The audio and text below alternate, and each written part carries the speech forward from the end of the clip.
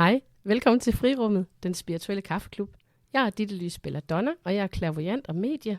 Og jeg er Louise Svendsen, og jeg er astrolog. Og her mødes vi over en kop kaffe og snakker om alt imellem himmel og jord. Der er faktisk ikke noget, som er hverken for stort, eller for småt, eller for skørt, men det er bare alt sammen under en fælles paraply, der hedder spiritualitet. Du kan blive en del af klubben på Instagram eller Facebook. Link det finder du i episodebeskrivelsen, eller lidt med i slutningen af afsnittet. Og du kan også støtte os på tier.com med et valgfrit beløb. Det er en kæmpe hjælp for os, for så kan vi give jer en bedre lydkvalitet, og der kan forhåbentlig blive til nogle spændende oplevelser ud af huset. Og det gider vi godt. Så, men nu må vi hellere komme i gang med dagens afsnit. Rigtig god fornøjelse. Vi har været så heldige at have besøg af den fuldstændig fantastiske, super dygtige og anerkendte astrolog Johannes Lockwood, og han er redaktør af webplatformen, som hedder Stjernerne. Og Stjernerne er et astrologisk fællesskab, hvor de hver uge udgiver forskellige webinarer og talks osv. Og Johannes, han deler ud af sin viden og sin kæmpe store erfaring og fortæller en masse spændende. Og derudover så er vi så heldige, at han har valgt at give en gave til alle jer dejlige lyttere. Det er nemlig en måneds gratis medlemskab af Stjernerne. Og koden, den får I lige her. Det er nemlig 1 måned, altså med tallet 1, og så måned. Og I kan også finde den i episodebeskrivelsen. God fornøjelse. Jeg har bare glædet mig sindssygt meget til at få besøg af dig, Johannes. Ja. Altså, det er mig, der glæder mig. Nej, men det er fordi, at du har jo faktisk betydet rigtig meget for mig. Fordi at da jeg uddannede mig til astrolog, så fulgte jeg rigtig meget med på din platform, der hedder stjernerne.dk. Og det skal vi høre meget mere om. Og jeg kan faktisk ikke engang huske, hvordan det lige var. Men på et tidspunkt så spurgte du, om ikke jeg havde lyst til at facilitere nogle gange. Og det har jeg elsket. Altså, jeg er jo sådan en, der gerne vil vide en hel masse, og som bare er mega nysgerrig. Og jeg har virkelig fået lov at møde rigtig mange mennesker igennem stjernerne. Og ikke kun astrologiske mennesker. Fordi du er jo virkelig, og det ved jeg jo ikke, om du er, eller om det er bare sådan, du fremstår. Det skal vi jo så også høre meget mere til.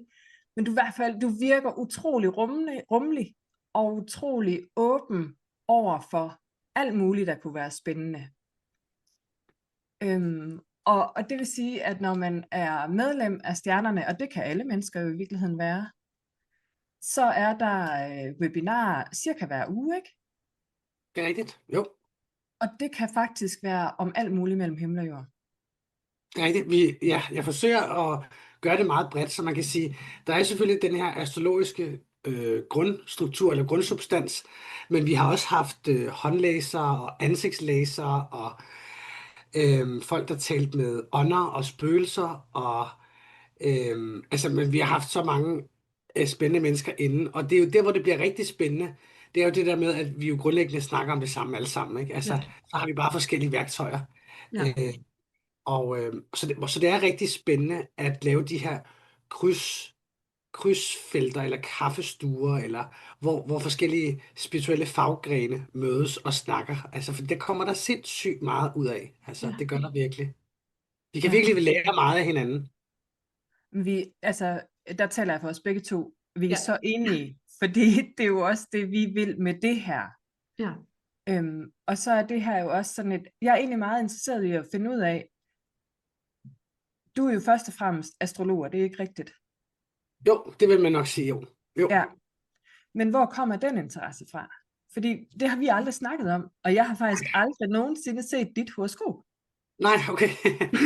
Altså, der er jo ekstremt mange måder, man kan svare på det spørgsmål på, ikke? Men jeg vil kunne tage en tidligere liv approach, og jeg vil kunne sige traume. Hvad siger du? Ja, prøv det. Altså prøv lidt fra alle sider. Ja, vi er mega nysgerrige. Okay, så den form for astrologi, jeg går meget op i, det er det, man kalder evolutionær astrologi. Og man kan sige, måden hvorpå, at evolutionær astrologi adskiller sig fra andre former for astrologi, fordi astrologi skal også ofte udtales i flertal, det er, at den evolutionære, den handler rigtig meget om sjælen og handler rigtig meget om, hvad vi kommer med af ressourcer, men også traumer ind i den her inkarnation med, og hvad vi så er her for at lære.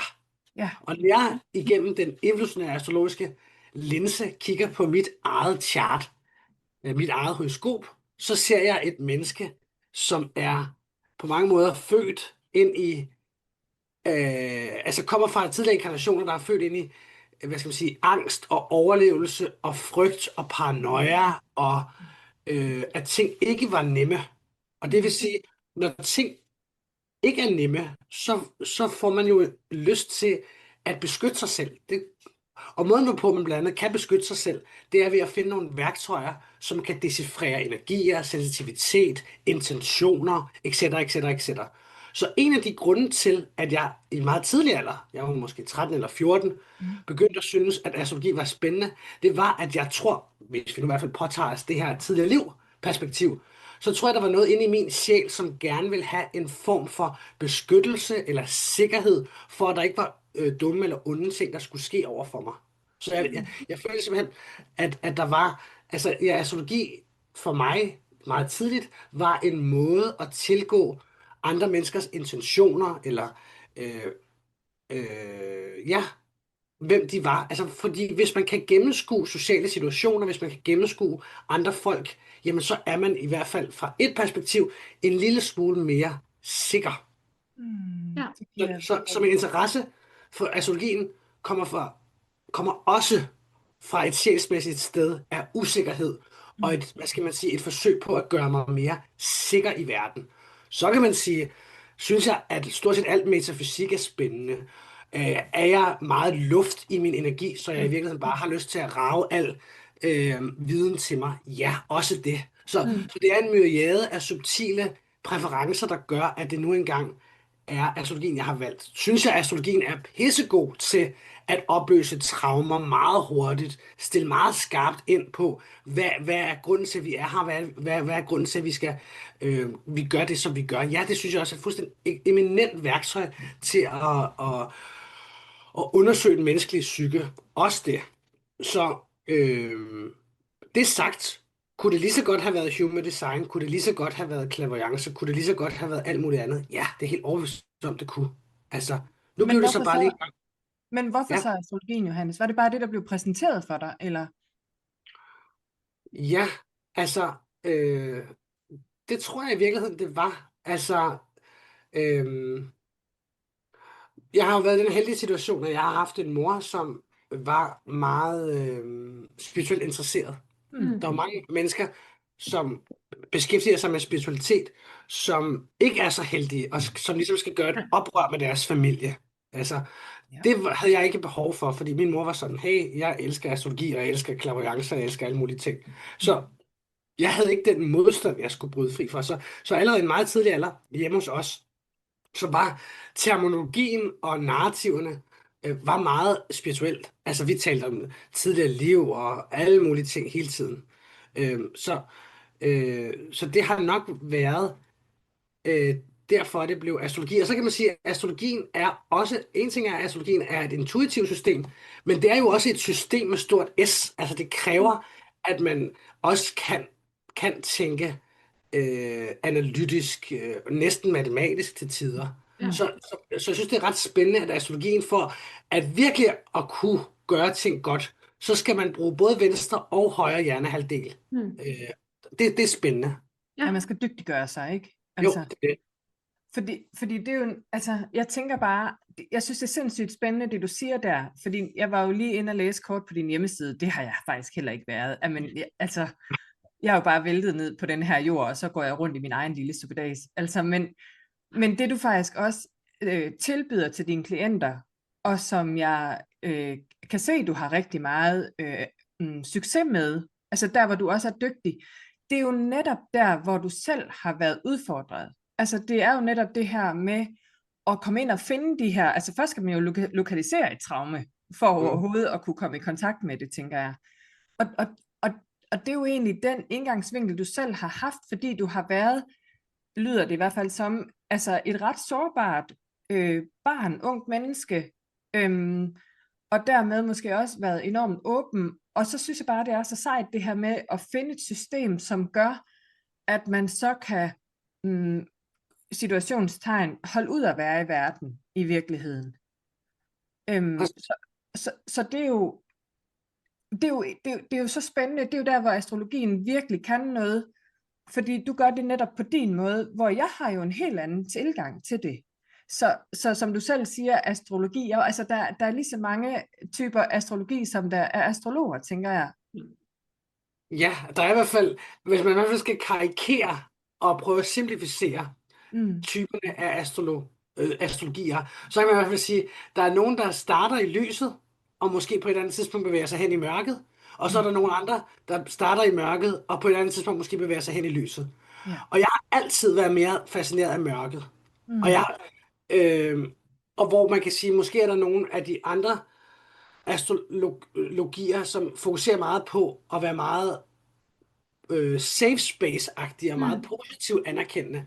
Og dyb respekt for det, man kan sige, det patriarkatet har igennem, og rationalitet og kapitalismen har jo igennem mange, mange år udøvet ekstremt meget vold på spiritualitet, og vold på børn, vold på samfund, vold på kvinder. Så hvis spiritualitet kan gå ind og lave safe spaces for minoriteter eller kvinder eller sensitivitet, yes, pissefedt.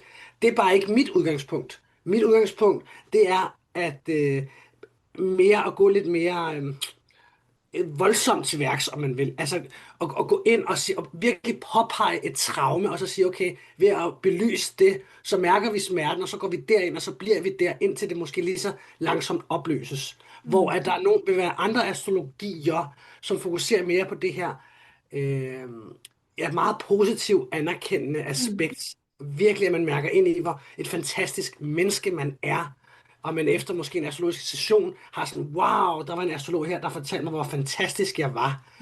Det er ikke mit udgangspunkt. Nej. Og det kommer det aldrig til at være. Fordi jeg er for bange for at lave det, man kalder en spiritual bypassing. Altså, at man fokuserer for meget på lyset, og så glemmer mørket, og så bliver mørket uregerligt. Men det er bare mit game, kan man sige. Men Johan, tror du ikke også, der kan være nogle, altså, at man kan tage nogle større skridt, eller man kan rykke sig mere, hvis man, jeg tør tage fat i noget af det, som er tungt, og som er mørkt, og som er hårdt at komme igennem, og en vanskelig proces. Altså, så er det også, det er måske også, hvis vi tør at gøre det, at vi formår at få rykket os længere, end vi kan, hvis vi kun går med det, der er lidt lettere at være i. Jo, det tror jeg. Altså, det er jo netop derfor, altså, det giver jo ikke mening bare at beskæftige sig med mørket, eller man vil, eller det svære, eller traumerne eller mørkets egen skyld. Det er jo ud fra en tanke, eller en følelse, eller en intuition om, at hvis vi dykker ned i mørket, og opløser det lige så langsomt, eller omfavner det, så kommer vi tættere på Gud, eller universet, eller whatever. Altså, at der ligger en sandhedskraft i det, der ligger et kæmpe uforløst potentiale for os som mennesker, og som samfund, i det skyggefelt. Ja. Ja, man skal jo netop måske ikke være bange for mørket, fordi sådan har det i hvert fald været for mig de gange, hvor jeg har dykket dybt, og det skal guderne vide. Altså, der synes jeg også, der er enormt mange gaver i det. Altså, det er der, du også vokser som menneske. Det er, når vi er nede og kvab rundt i det der mudderhul af lort, at vi faktisk tit finder de der guldklumper, vi så kan bringe med op, når vi engang kan komme op af hullet igen, ikke? Altså. Jo, altså man kan også sige, hvis man kigger på astrologien, så er der jo også de her forskellige planeter, Saturn, Pluto, Kiron, asteroide, og etc., som viser, at der er en iboende helterejse i mørket, eller at det, som engang måske var vores mørke, det vil i virkeligheden blive vores største lærermester, og at det bliver det, som vi på et eller andet tidspunkt kan give videre til andre mennesker. Altså, ved at gå den her læringsvej. Altså, det vil sige, de her folk, som måske er meget udfordret på, hvad skal man sige, et tænkt eksempel kunne være et meget lavt selvværd. Hvis man siger, at man havde Saturn i andet hus, det har jeg for eksempel. Så jeg har altid haft et kæmpe stort problem med at elske mig selv. Det ved jeg godt, de fleste mennesker også har. Men lad os bare sige, Saturn i andet hus har noget med selvværd at gøre, eller værdi. Potentialet i at have Saturn i andet hus er jo, at man ved at arbejde rigtig meget med sit lave selvværd, kommer et sted hen, hvor man faktisk kan give selvværd til andre mennesker. fordi man ligesom har gået den vej selv. Ja. Og det er jo også derfor, at man nok kun kan hele andre menneskers mørke ved kun at dykke ned i sit eget mørke. Altså, Ja, men det giver så god mening, fordi at vi har også snakket med nogle andre omkring det her med, at der ligesom er et pres, og det har du jo også haft som barn allerede, ikke? Det her pres, der tvinger dig til en eller anden form for handling. Altså, det var jo også derfor, hvis vi nu var, altså, Zoe, som er numerolog, bliver gift og tager et nyt navn, og det skaber et pres, så hun er nødt til at finde ud af, hvordan kommer jeg ud af det her pres, og det skal være så tilpas stort, at du er nødt til at reagere på det. Så du skal ligesom stå ansigt til ansigt med det mørke, der så er, for at komme ud af det igen. Altså hvis det bare er sådan et lidt tåget mørke, der sådan egentlig ligger og er til irritation, så er det faktisk ikke sikkert, at du tør tage så meget livtag med det, at du handler på det. det er en sindssygt god pointe. Der er nogen, der taler om, at det faktisk, eller det er i hvert fald det, jeg hører, det jeg forstår ved det, du siger, det får mig i hvert fald til at tænke på, at der er nogle kloge udviklingspsykologer, der siger, at det faktisk godt kan være i ens interesse, at, hvad skal man sige, at have et 100% fuck-liv, end kun et 40% fuck-liv. Fordi ved at du ligesom har et 100% fuck-liv, så bliver du presset til at tage nogle mere radikale valg, som fører til en omvæltning. Så der kan godt være sådan en lidt leverpostejsgrå fuckness, som bare er, men den får dig ikke til at handle. Så derfor at radikalisere, det kan faktisk være en stor fordel. Men tænker du ikke også, at det hænger sindssygt godt sammen med astrologien, fordi at det jo er noget, der konstant er i bevægelse, og det er livet i det hele taget jo. Men det her med, at du kan have et eller andet potentielt fucked i dit horoskop, men presset er måske kun de 40%, vi lige snakkede om, og så kommer der en transit, og en transit er jo, at den planet, der bevæger sig konkret fysisk i verden, simpelthen går ind og aktiverer det, du er født med. Så presset bliver så uudholdeligt, at det er altså nu, du så skal tage handling på noget. Præcis. Ja. Helt enig. Og så er det så sjovt, Johannes, fordi jeg ved jo godt, du har det her med helterejse. Kan du ikke gå lidt... Det skal jeg altså høre noget mere om, fordi det har jeg nul kendskab til. Kan vi gå lidt ind i helterejsen? Det kan vi sagtens. Altså grundlæggende, der bygger det jo på sådan en mytologisk forståelse, der handler om, at vi alle sammen lever det her liv og har de her både en stor helterejse og mindre små helterejser. Og i mytologisk forstand skal man forstå, at der er en person, som ligesom siger farvel til sin landsby, eller beslutter sig for at sige farvel til sin landsby, a.k.a. det, som er trygt, og det, som man kender. Og så bevæger den her helt sig ud, og først møder vedkommende måske en heks, som får den her helt til at tvivle på, om det i virkeligheden er en god løsning at være på den her helterejse, eller om vedkommende bare skal gå tilbage til landsbyen. Men så beslutter point of no return, eller hvad? Præcis, point of no return. Ja. Og så beslutter helten sig så forhåbentlig at fortsætte sin helterejse, møder så en drage, som er det her store slag, for forhåbentlig hugget halsen af dragen, eller for opløst dragen, måske var det slet ikke en drage, henter skatten, skal have skatten med hjem til landsbyen, og tager den her skat med hjem til landsbyen, og møder måske en trold på vejen tilbage fra landsbyen, til landsbyen, som så siger, hey, er du sikker på, at skal du overhovedet tilbage til landsbyen? Skal du ikke bare blive ude på eventyret altid? Og så måske bliver man så ude på eventyret altid, eller også vælger man måske det mere modne, om man vil, og tage tilbage til landsbyen, dele skatten, fortælle om ens historier, men ændre landsbyen, fordi man har ændret sig selv, og så på et eller andet tidspunkt, så har man blevet lang tid nok i landsbyen til at tage på en ny helterejse. Og det skal selvfølgelig forstås dybt symbolisk, altså at vi alle sammen har de her hekse, trolde, drager, skattekister, a.k.a. altså ting, altså erkendelser. I virkeligheden skal det forstås som erkendelser. Og der kan man blandt andet bruge astrologien til at forstå de her myriader af helterejser, små og store helterejser, som vi altid dealer med.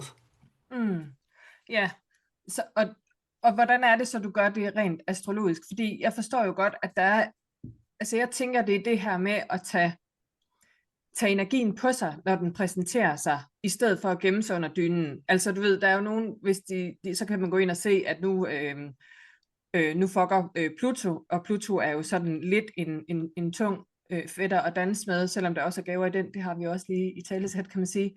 Men så kan jeg så vælge, om jeg vil gå ud i den energi og tage den læring, den energi har til mig, eller om jeg vil lægge mig ind under dynen og melde mig syg for arbejde og sige, jeg kommer ikke, før den har passeret.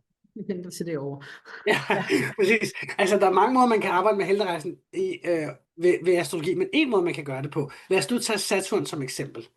Jeg vil sige, Saturn tager cirka 29 år om at gå en hel runde, 360 grader. Og så efter cirka 7 år, så er der et kvadrat. Det vil så være det første, det vil være det første sted, hvor man så møder den her heks. Og efter 7 år, igen, der er så en opposition. Det er et konfliktaspekt.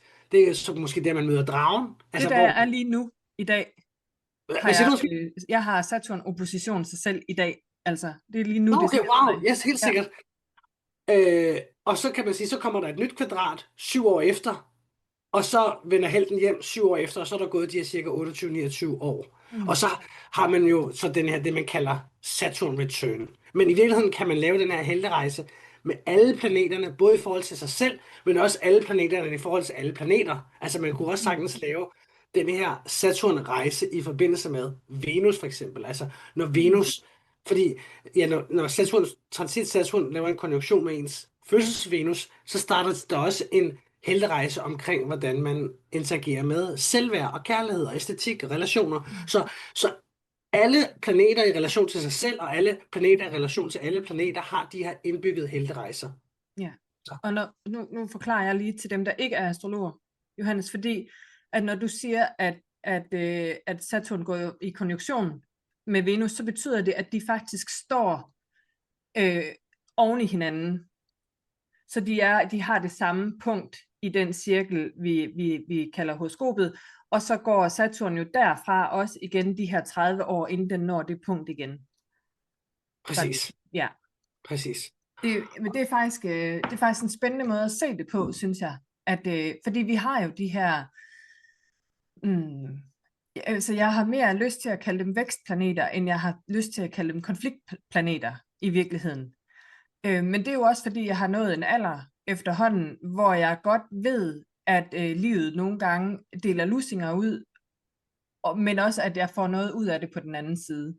Så det er jo der væksten sker. Det er jo tit igennem det der et eller andet form for pres, at man rykker sig. Fordi hvis man bare har det mageligt og komfortabelt, hvorfor skulle man så flytte sig?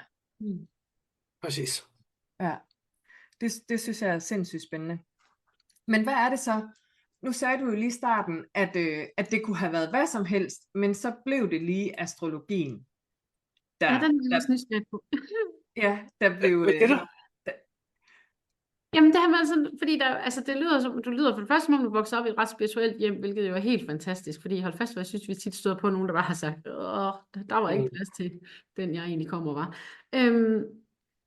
Men det her med, altså, så bliver det astrologi, som bliver den vej, men hvor du siger, at det kunne måske egentlig lige så godt have været, altså, det får mig til at tænke, som jeg tænker, sådan er det med mange, der færdes i de her kredse papir, at der er flere strenger at spille på, der er flere instrumenter, og det kunne lige så godt have været et andet instrument. Altså. Præcis. Men i virkeligheden kunne det være, det der kommer til mig, når du snakker, det er, altså i virkeligheden kunne det være ret spændende at tale lidt om, sådan, hvorfor er det, de her spirituelle ting virker, og så hvad er det, de har til fælles?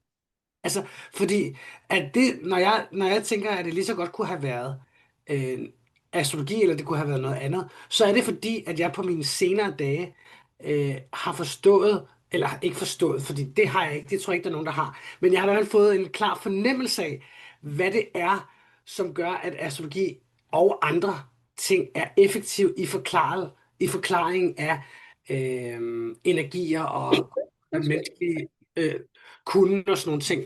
Hvor det jeg tror, altså det kræver selvfølgelig måske en længere forklaring, men det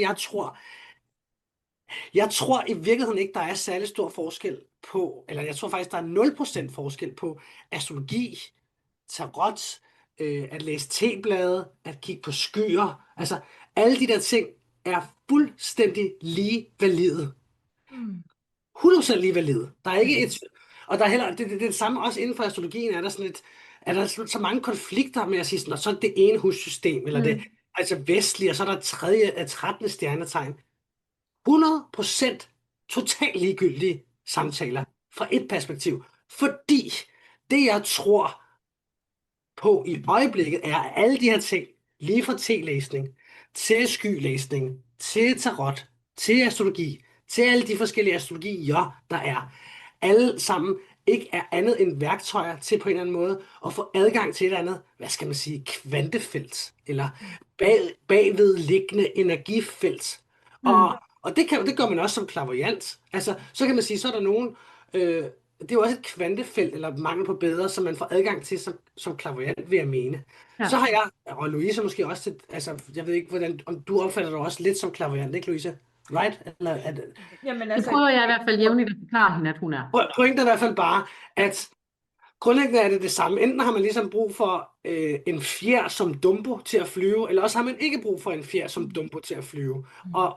Og det kan da sagtens være, at jeg om 10 år aldrig kunne finde på at bruge astrologien mere, men kun så mig selv som clairvoyant. Altså, forskellen vil ikke være særlig stor. Det handler bare om, har man brug for en krykke? Det lyder en lille smule nedsættende. Det er ikke ment nedsættende.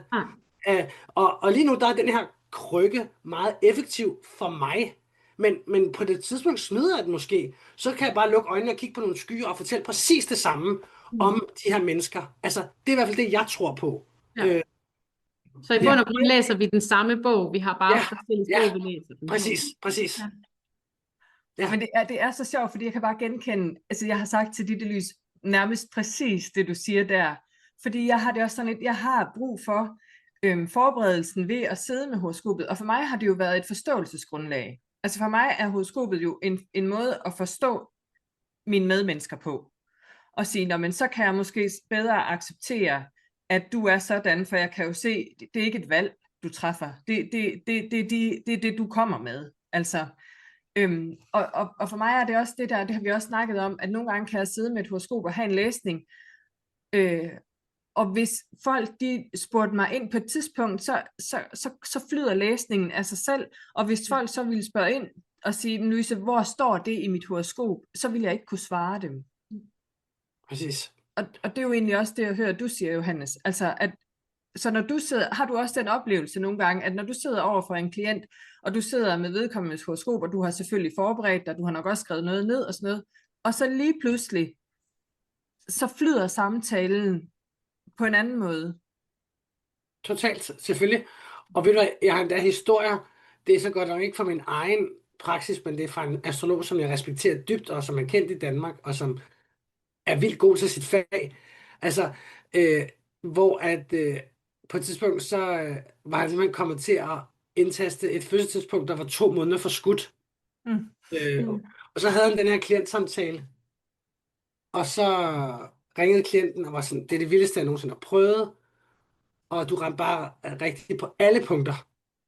Og så sådan, jamen, det er også vildt. Og så kom de til at snakke om fødselshoroskopet, og så fandt de ud af, at det var 2 måneder forkert. Ja. Altså, og det er ret interessant. Altså, Det er det. og jeg ved ikke, hvad jeg skal gøre af det, fordi i princippet bliver horoskopet på en måde ligegyldigt, og på en måde selvfølgelig ikke. Men det der med, at der var åbenbart en mulighed for den her astrolog til at alligevel få adgang til kvantefeltet, whatever, bag personen, uafhængigt af det her fejlagtige horoskop, ikke? Altså, Ja, det er ret vildt. jeg synes, det er sgu ret vildt. Ja. Men jeg kan egentlig godt lide den, altså jeg tror godt, jeg ved, hvem du taler om, og jeg kan godt, det er jo også en kæmpe inspiration for mig. Det er Derek Seagrave, du taler om, tænker jeg jo. Det er det faktisk ikke engang. Det er faktisk ikke. Nej, men det er egentlig samme aldersgruppe. Men det er faktisk ikke ham. Nå, men ham har jeg det jo virkelig sådan med, ham gad jeg godt bare sætte en ledning til, og så download fra direkte. Altså fordi der er nogen, der har været så mange år i gamet, at de er så dygtige, og har så stor en forståelse, og der er jeg slet ikke endnu. Fordi jeg har hørt en tilsvarende historie fra ham af engang, det var derfor, jeg troede, det var ham. Og det viser jo også bare, altså her tænker jeg også i forhold til sådan noget som AI, som jo på en eller anden måde jo virkelig også kan gå ind og ud fra et astrologisk perspektiv fortælle dig nogle ting. Men det er bare noget ved at have det her menneske bag, som stiller sig til rådighed, og dermed bliver en eller anden form for kanal. For så handler det måske ikke så meget om horoskopet, som man går og tror. Og når det så er sagt, så er det jo også fordi, man kan bruge horoskopet til enormt mange forskellige ting, som vi også lige var inde på, fordi der er jo også nogen, som sidder og fuldstændig pinpointer ting og tidspunkter og konstellationer på himlen i forhold til det historiske, der så er sket, så man kan sige, at ud fra et altså at astrologi bliver det her erfaringsbaserede værktøj, for vi kan se, at når den her energi, den rammer os, så for 100 bla bla år siden, så skete der det og det, og det er den samme energi, vi står over for i dag. Og det synes jeg også er enormt spændende. Jeg har altid en ret stor modstand på det der med at kigge for langt ud i fremtiden, fordi der er så mange ting, der kan dels ændre sig, men der er også mange ting, som kan gå hen og blive en selvopfyldende profeti, som jeg er rigtig bange for. Altså, det er ikke noget, jeg egentlig har lyst til at røre ved, kan jeg mærke.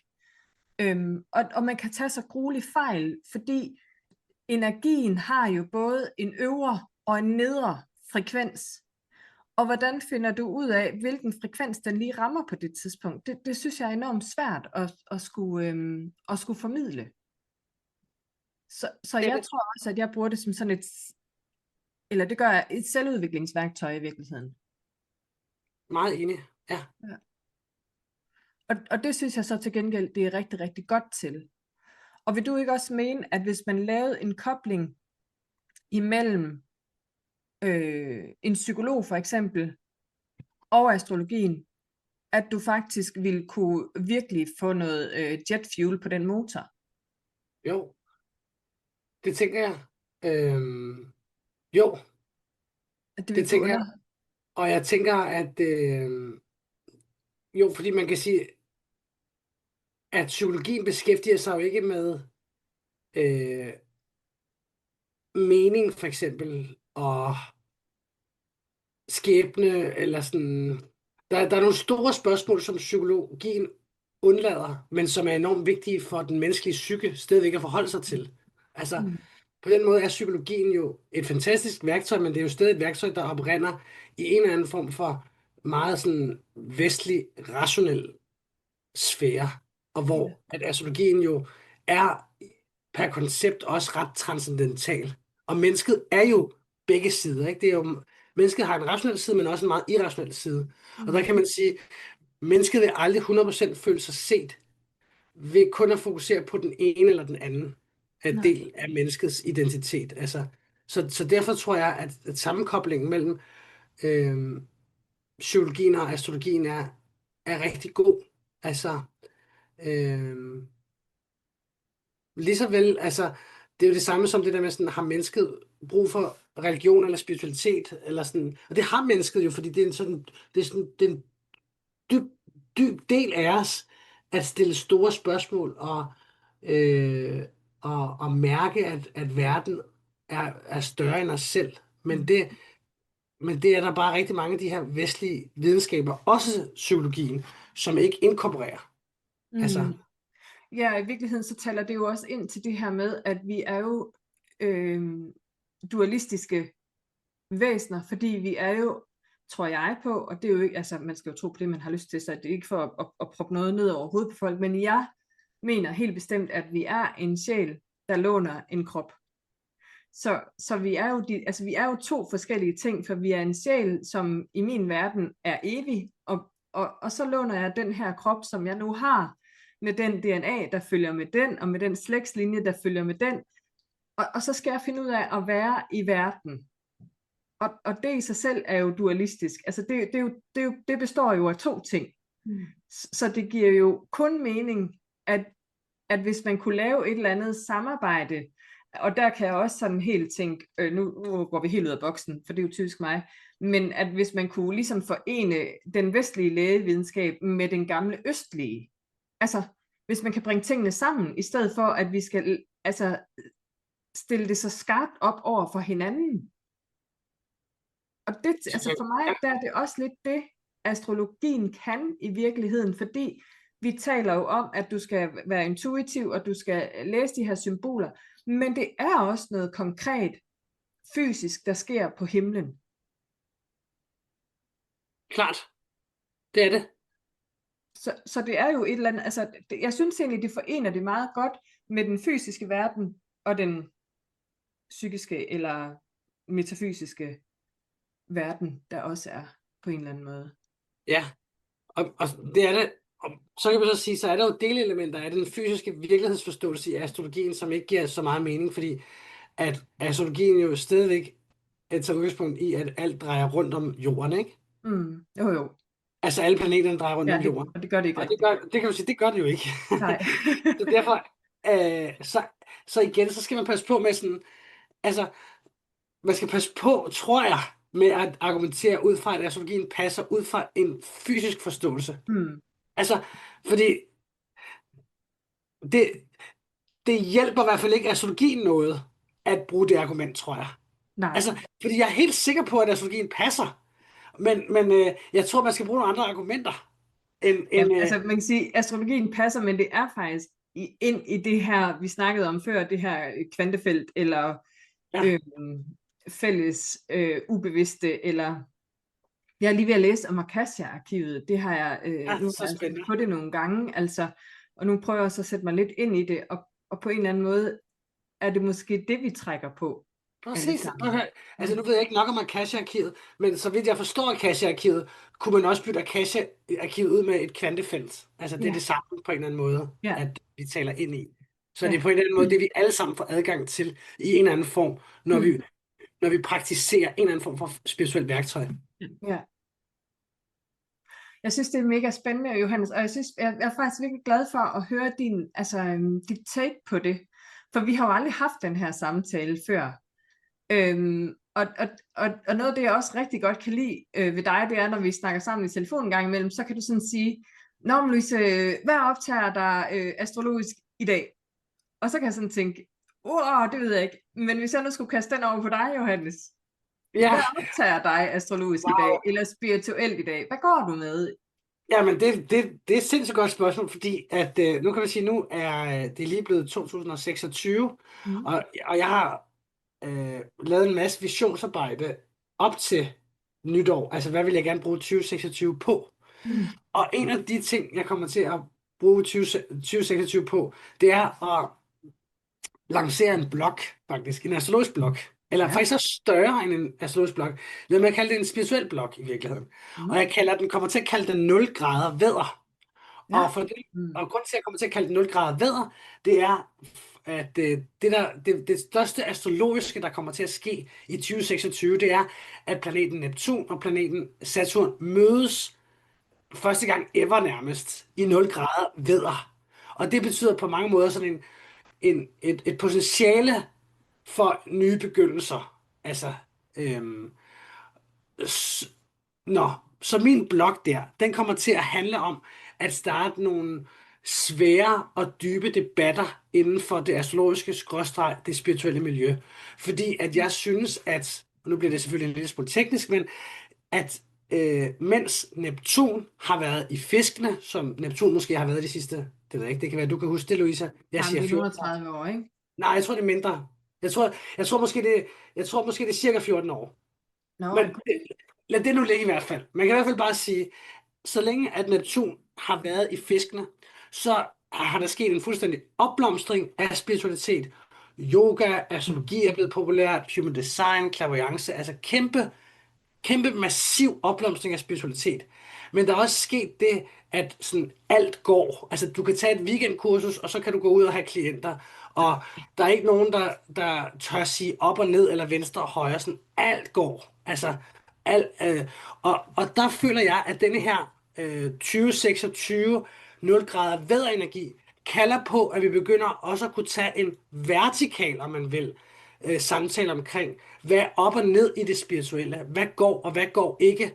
Så jeg kommer til at skabe en blog, som kommer til at forsøge at skabe en sund debat omkring spiritualitet og astrologi, og hvordan vi bevæger feltet fremad.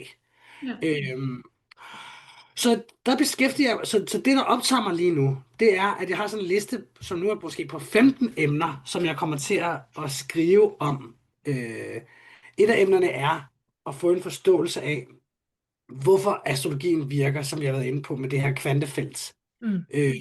Et andet emne kommer til at være, at øh, det bliver også en lille smule teknisk, men der er for eksempel, mener jeg, en esoterisk astrologisk forståelse, som handler om, at vi ligesom udvikler os ud af vores psykologiske problemer. Vi bliver vores sjæl, vi bliver vores ånd. Og ved at fokusere, vil jeg mene, det vil jeg i hvert fald gerne debattere med folk, ved at fokusere meget på sjæl og ånd, og sige sådan, psykologiske problemer, det er noget, vi udvikler os ud af, jamen så sker der også en spirituel bypassing, så skubber vi vores psykologiske problemer ned i mørket. Det vil jeg også gerne debattere. Så der er nogle forskellige betændte, tabubelagte emner, vil jeg mene, inden for den spirituelle verden, som jeg har lyst til at pinpointe her i 2026 og få voldsom kritik på af andre, så på den måde kan drive feltet fremad. Så det beskæftiger jeg mig med, Louise. Men det giver også mega god mening, fordi hvis vi så lige skal, fordi at det ikke er kun astrologer, der lytter med her, så kan man sige, det astrologiske nytår ligger jo netop ved 0 grader vederen. Det er der, vi starter en helt ny cyklus. Så man kan sige, i fiskene, det er der, vi afslutter alting, det er der, alting går i opløsning og dør i bund og grund, eller overgives til alting, altså til det grænseløse. Og Neptun hersker jo i fiskene, så det vil sige, Neptun er sådan meget spiritualiteten og kontakten opad til, men den kan også være sådan lidt diffus og svær at læse, den kan være svær at føle, fordi man kan aldrig være helt sikker på, hvor man har den. Saturn, som den så står sammen med, eller kommer til at stå sammen med nu her, er det fuldstændig konkrete, manifesterede, jordiske. Og når de ramler sammen der i præcis 0 grader vædderen, så går de dels fra fiskene som det her opløsning, og ind i vædderen, som er det nye, der skal ske, det nye cyklus, men de går faktisk også fra en feminin position til en maskulin handlende position.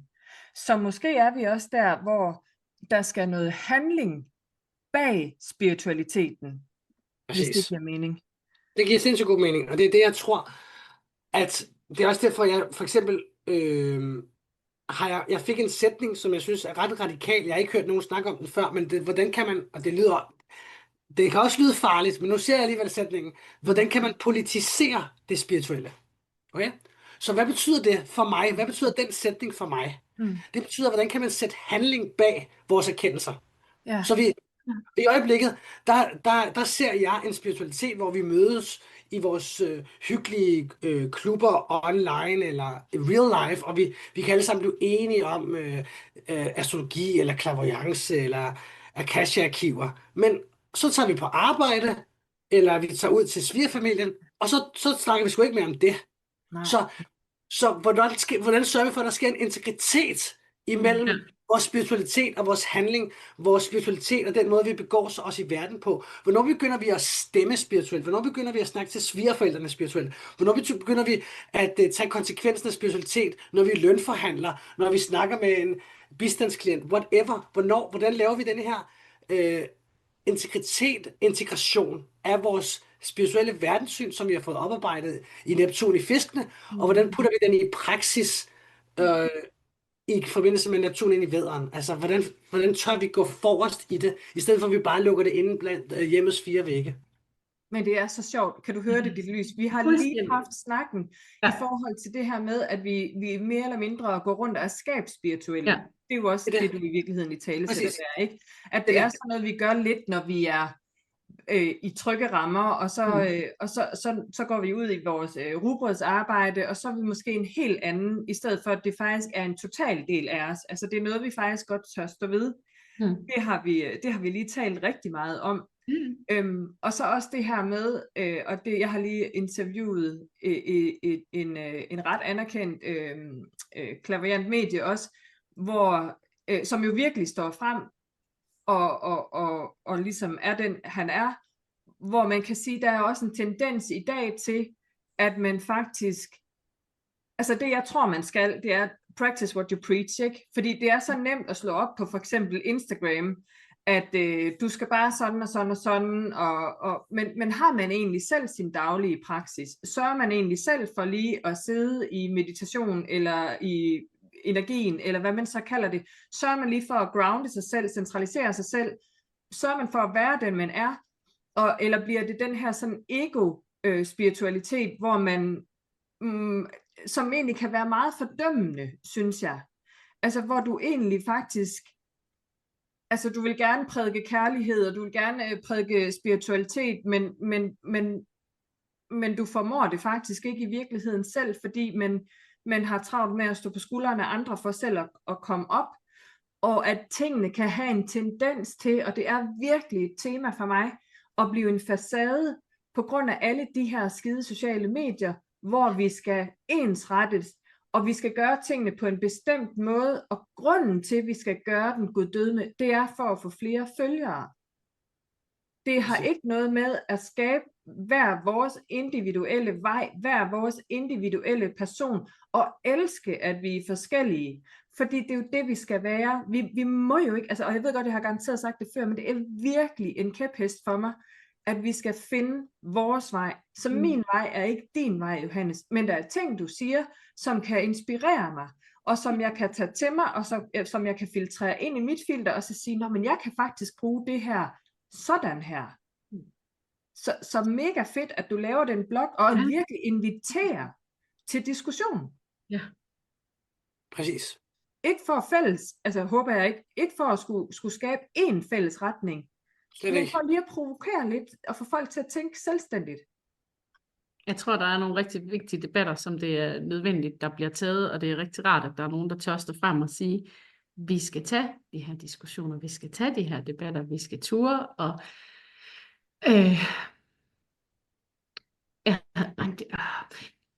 ikke for lydhår, men der må også godt være en faglig stolthed i noget af det. Altså,